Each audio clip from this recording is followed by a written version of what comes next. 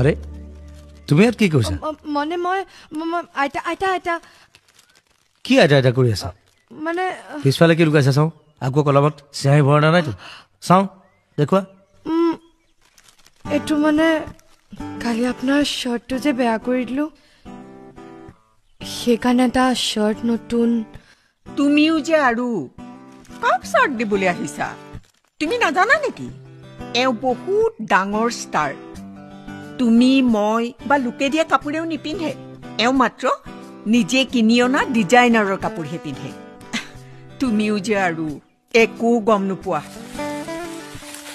আহা মোৰ লগত আহা